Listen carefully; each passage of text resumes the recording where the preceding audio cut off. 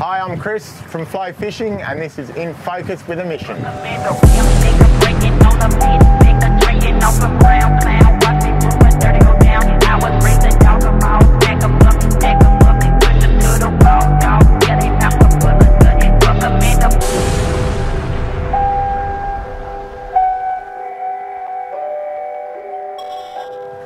Now Chris, we're down at your house in Falcon.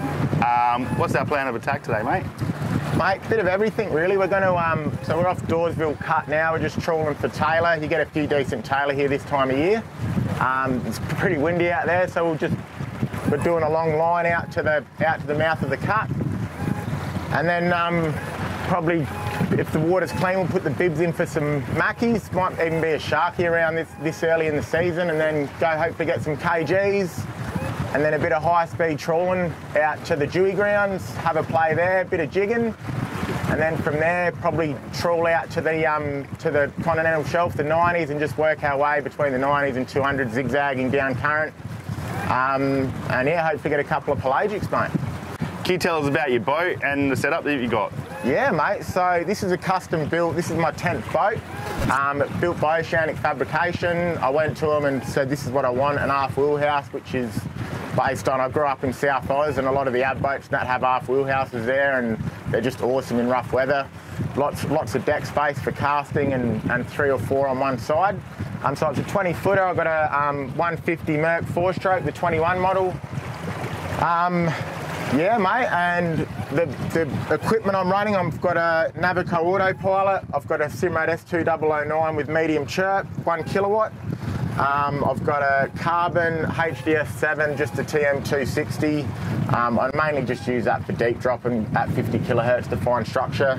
And this here's just got the CMAP reveal, which is epic. It's just shows you all the new, so if you look at it, it's so much more detailed than all the other stuff. You get all these crevices and just shows you everything, and puts the contour lines overlay on it. Unreal. Just so good for, especially for bill fishing. You get to, if you know where the current's going, you can hit the pressure faces and cruise along those edges, and yeah, especially up north, Exie and that, it's worth its weight in gold. Yeah. Perfect, man. Perfect. Nice boat.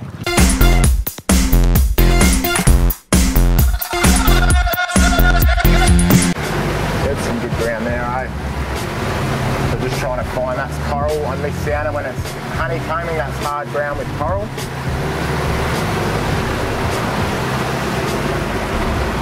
So you can see the difference, like that's giving you, well, I use 135 kilohertz when I'm basically up to about 90 metres when I'm fishing on the commercial fishing, I just find 135's a wicked frequency. And you can see all the honeycombing there, like see those little holes?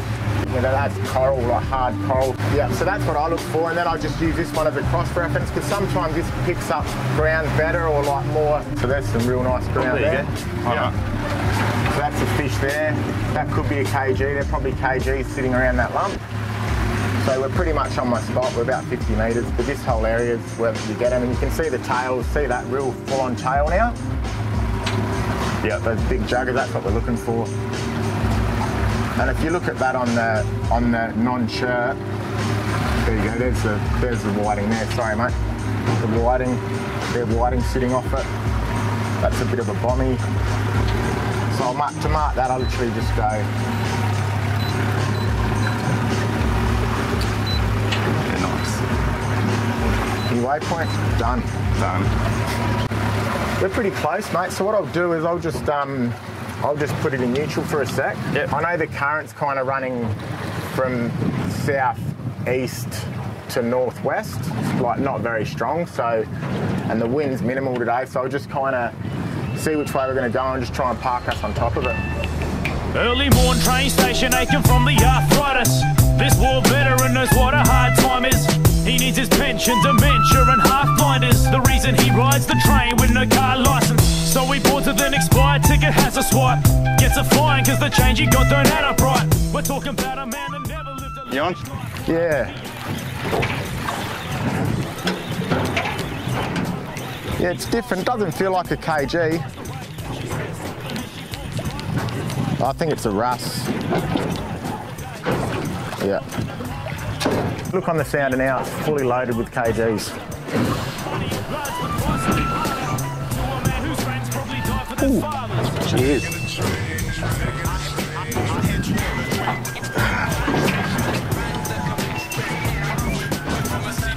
Well, what do we got here?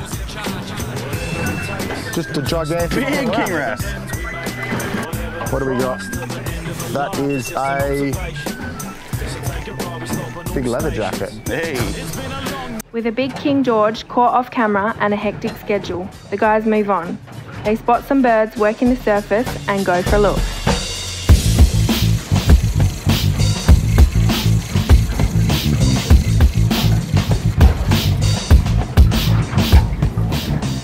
I don't think there's any tuna in it though, it just looks like pilchards or something.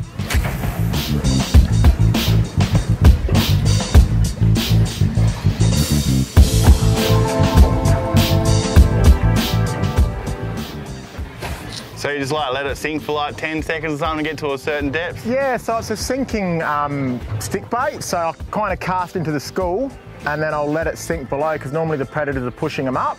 And then once it's kind of been sinking for 5, so the birds, however high the birds are off the ocean is how high the school is underwater.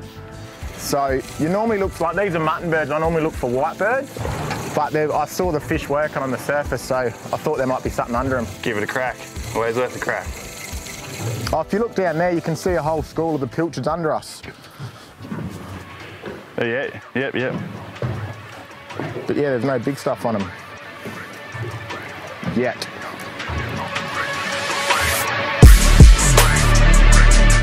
Nice baldy.